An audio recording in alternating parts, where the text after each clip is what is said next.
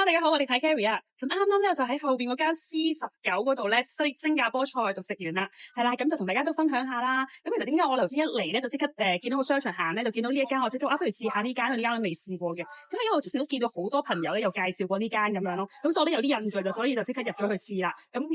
坦白講，入到去呢嗰個裝修咧嗰個環境咧，其實係都有啲 surprise 驚喜嘅，因為都幾靚嘅，好似幾 grand 咁樣嘅，係啦。跟住就直至到佢個擺盤啦，啲上菜嘅時候擺盤都係靚嘅，係啦，即係好似好精緻又靚咁樣，咁所以咧我哋對佢哋嘅食物咧都有啲期待，但係點知咧我哋的確係有啲失望嘅，係啦，即係你唔可以話佢係差，但係真係普普通通咁樣咯，係啦，即係的確係佢個環境同埋個擺盤會優勢少少，係啦，嘢食嚟講真係只一般嘅，係啦，因為譬如好似我哋嗌咗嗰個好似係黃金蝦咁樣啦，亦都嗌咗嗰個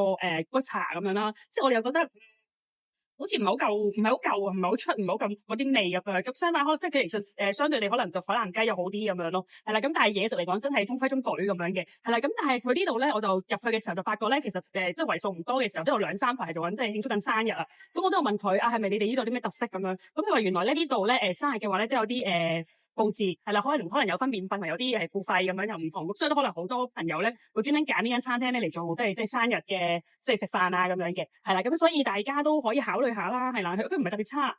佢唔係差嘅，普普通通咁樣，但係只不過真係唔係特別驚喜咁樣咯。咁但係環境啦、服務啦，同埋佢嗰啲擺貼啊，中意打卡嘅話咧，咁呢度係唔錯嘅，係啦。咁就大家都可以考慮下啦。咁我哋就有呢個少少嘅分享咁樣咯。咁我哋下次仲有啲咩好玩好有趣嘅時候，就同大家分享下。我哋下次再見啦，拜拜。Hello，你好，你好。